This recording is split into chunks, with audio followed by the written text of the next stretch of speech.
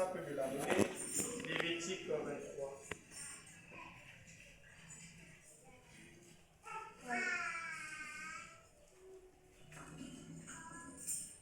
Et qui tombe sur la page peut me l'amener. Page 135. Merci.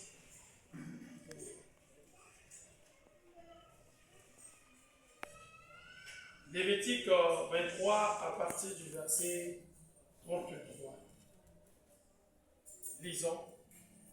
L'Éternel parla à Moïse et dit, parle aux enfants d'Israël, et dit, le 15e jour de ce 7e mois, ce serait la fête des tabernacles, en l'honneur de l'Éternel pendant 7 jours. Le premier jour, il y aura une sainte convocation. Vous ne ferez aucune œuvre servile. Pendant 7 jours, vous offrirez à l'Éternel des sacrifices consumés par le feu. Le 8e jour, vous aurez une sainte convocation et vous offrirez à l'Éternel des sacrifices consumés par le feu. Ce serait une assemblée solennelle. Vous ne ferez aucune œuvre servile. Que le Seigneur bénisse sa parole. Veuillez prendre place. Nous parlons toujours sur notre sujet, le nouveau jour. Donc vous remarquez, lorsque nous parlons du nouveau jour, le jour, ce n'est pas ce que nous voyons. Amen. Amen. Nous ne parlons pas du jour du temps, mais nous parlons du nouveau jour qui est une dispensation. Dieu mon amen. Amen. Nous parlons du nouveau jour qui est une dispensation. Tout au long de cet enseignement, nous avons dit que le nouveau jour était un appel. Cet appel était une sainte convocation. Parce qu'en Israël, les enfants d'Israël fêtaient 7 fêtes. Et chaque fête était célébrée autour d'une tente. C'était des huttes, des tabernacles choisis par l'Éternel, faites par des feuilles. Et les enfants d'Israël quittaient leur maison pour aller adorer Dieu autour du tabernacle qu'il avait choisi. Et je vous ai dit que les 7 fêtes qu'Israël fêtait étaient en rapport avec les âges de l'Église. Donnez-moi la main. Donc le premier tabernacle par lequel cette fête était fêtée au cours des âges était Paul. Le peuple venait célébrer cette fête autour d'un homme appelé Paul. Est-ce que l'Église est avec moi? Amen. Tous étaient autour de Paul. Paul était la gebre agitée. Après Paul, il y a eu un deuxième tabernacle appelé Irénée. L'Église avec moi? Amen. Il y a eu un troisième tabernacle appelé Martin. Et quand on arrive au 7e tabernacle, qui est William Marion Branham. Or, le chiffre 7, c'est le chiffre de l'achèvement. Amen. Dieu est parfait au chiffre 7.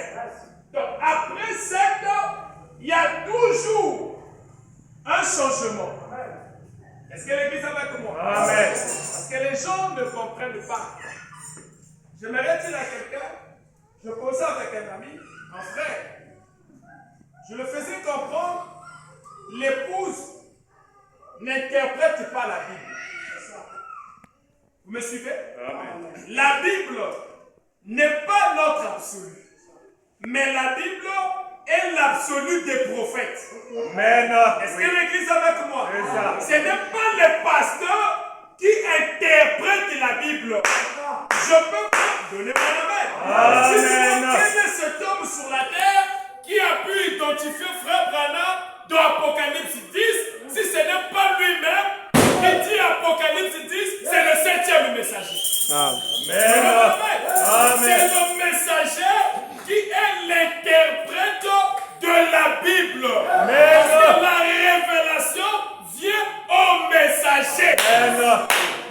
Aucun pasteur ne peut interpréter le message. Amen. Aucun pasteur ne peut interpréter frère Branham. Amen. Aucun pasteur ne peut apporter une révélation. Amen. Nous prêchons ce qui est déjà révélé. Amen. Amen. Est-ce que vous êtes avec moi? Amen. Aujourd'hui, les pasteurs veulent épater. Frère Branham me dit, faites attention à tout ce qui est humble. Il dit, mais tout ce qui est grand est prétentieux. Amen. Quand quelqu'un prêche la parole dans le sens d'épater, il a animé d'un mauvais esprit. Amen. Est-ce que vous êtes avec moi? Parce que la parole ne vient qu'au messager. La Bible dit que Dieu ne peut rien faire sans révéler cela à ses prophètes. Est-ce que vous êtes avec moi? Amen. Dieu ne révèle pas ses mystères aux prédicateurs. Non. Mais il révèle cela aux messagers parce que le messager, après son départ, son ministère va susciter des auxiliaires qui vont le comprendre. Voilà pourquoi frère Branham dit, je vous rends responsable de ce même message. Cela ne veut pas dire que vous avez la possibilité de changer ce que Branham a dit. Non. Nous prêchons les mêmes bases. Est-ce que vous êtes avec moi? Amen. L'église avec moi? Amen. Frère Branham dit, à l'ouverture des cieux, cette Bible devient Un nouveau livre. à l'ouverture des sceaux. Parce que lorsque les sceaux sont révélés, la Bible devient un nouveau livre. Donc, de la même manière qu'on le lisait, aujourd'hui, nous ne lisons pas la Bible de la même manière. Amen. Voilà pourquoi notre absolu, c'est Branham dit. Amen. Je ne peux que lire une écriture que Malachi 4 a déjà interprétée. Amen. Est-ce que vous êtes avec moi? Gloire à Dieu. Est-ce que l'église est avec moi? Oui. Je veux vous lire quelque chose. Ce que frère Branham dit. Dans l'épître aux Éphésiens, comparable au livre de Jésus, prêché le 15 siècle ce soir, paragraphe 6. Frère Branham dit, enseigner la Bible, c'est généralement c'est un peu délicat. C'est un peu dur. Vous savez comme de s'aventurier sur un terrain glissant. Amen. Vous me suivez ça? Oui. Donc quand quelqu'un dit, je veux enseigner la Bible, c'est un aventurier. Vraiment. Vous me suivez? Oui. C'est un aventurier. Parce qu'un prédicateur ne peut pas expliquer la Bible. La révélation vient au prophète. Voilà pourquoi le prophète Branham pouvait dire, attendez, je repars en arrière. Quel est cet homme qui prêche la parole, qui dit je repars en arrière? Je vous amène les détails que la science je vous amène les détails que la science a manqué. Il repartait. Lui il dit je n'ai pas besoin de dormir pour avoir une révélation. Amen. Parce que la conscience et le subconscient d'un prophète est collé. Amen. Amen. Sa conscience et son subconscient est collé. Ce n'est pas parce que tu as donné une prophétie, tu deviens prophète. Non, monsieur. On est prophète. Amen. Laisse-moi te dire, un prophète, c'est le don de l'âge. Amen. Dans un âge, il n'y a qu'un seul don. Amen. Nous ne sommes pas des dons de Dieu, mais nous sommes comme pasteurs. Nous sommes comme évangéliques. Nous sommes comme docteurs. Mais qui est vrai? C'est Christ lui-même. Amen. Est-ce que vous êtes avec moi? Amen. Est-ce que l'Église est avec moi? Amen. Tout le monde est faux. Le vrai, c'est Christ. Amen. Mais lorsque Christ descend, il prend un corps, ce corps devient Christ. Amen. Je vous ai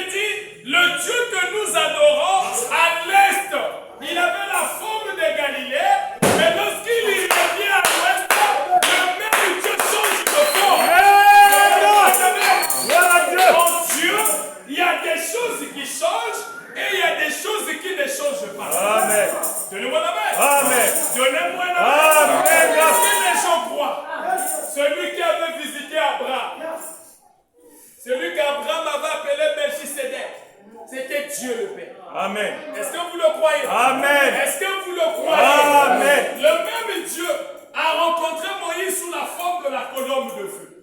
Tout le monde le croit? Amen. Et lorsqu'il revient autour du soir, frère Branham dit, Dieu peut prendre la forme d'un homme pour se révéler à quelqu'un. Amen. Dieu peut prendre la forme d'un homme pour se révéler à quelqu'un. D'abord, Dieu, quand il était sur cette forme, frère Branham dit, il était 100% homme. Il était aussi 100% Dieu. Mais comment expliquer ça? Il était 100% homme par la forme physique. Parce qu'il pouvait pleurer, parce qu'il pouvait manger, parce qu'il pouvait boire. Mais l'homme intérieur était Dieu. Amen. Voilà pourquoi il est toujours difficile aux incrédules, aux religions, aux gens des églises de reconnaître Dieu dans une chair humaine. Amen. La plus grande révélation, alléluia, est de voir Dieu. Et c'est la chose la plus difficile. Frère Branham déclare, c'est que les Juifs ont fait à leur Messie. Il dit les gentils aussi le font à leur Messie. Donnez-moi la main. Amen. Est-ce que l'église avec moi? Amen. Aidez-moi à monter ensemble avec vous. Je suis en train d'activer quelque chose. Je vais déclarer une forte déclaration. Aujourd'hui, le pardon des péchés, c'est l'expiation. Le pardon des péchés. Aucun pasteur ne doit te condamner. Si un homme te dit, oh toi tu vas en enfer, personne ne doit te faire peur.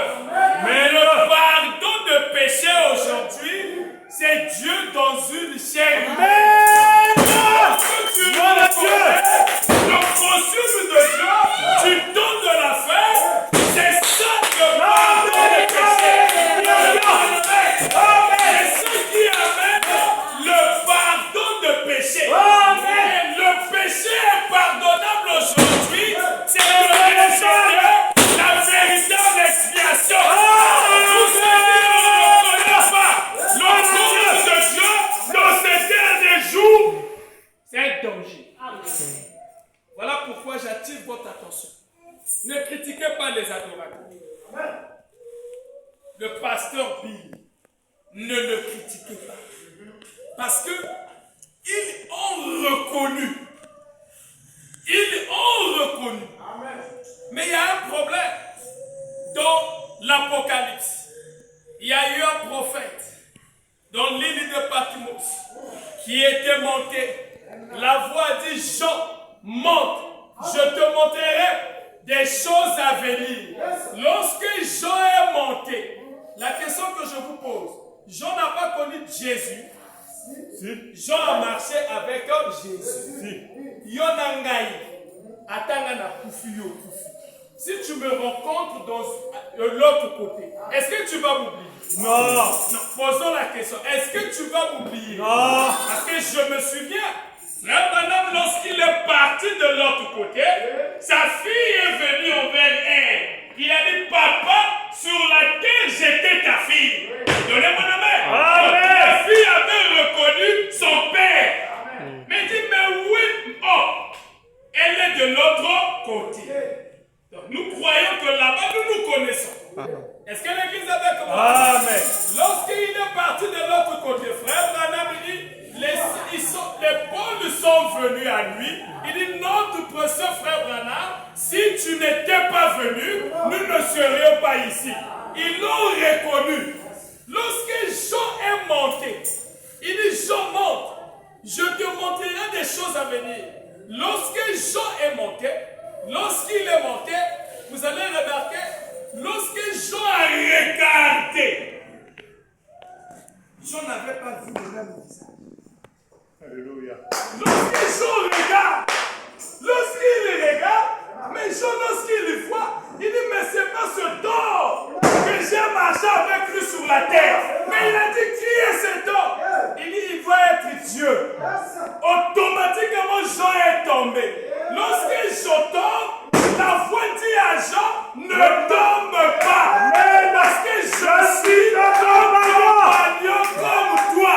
Le mot compagnon veut dire collègue. Amen. Dans la Bible, son collègue ne peut qu'être un prophète. Donnez-moi le main. Gloire à Dieu. Donnez-moi le main. Amen. Laissez-moi vous dire, cet homme qui a dit, je monte, c'est le 7e messager. Amen. Jean n'avait pas reconnu cet homme parce qu'il avait changé de forme. J'aimerais dire quelque chose. Il est écrit, Jésus-Christ est le même hier, aujourd'hui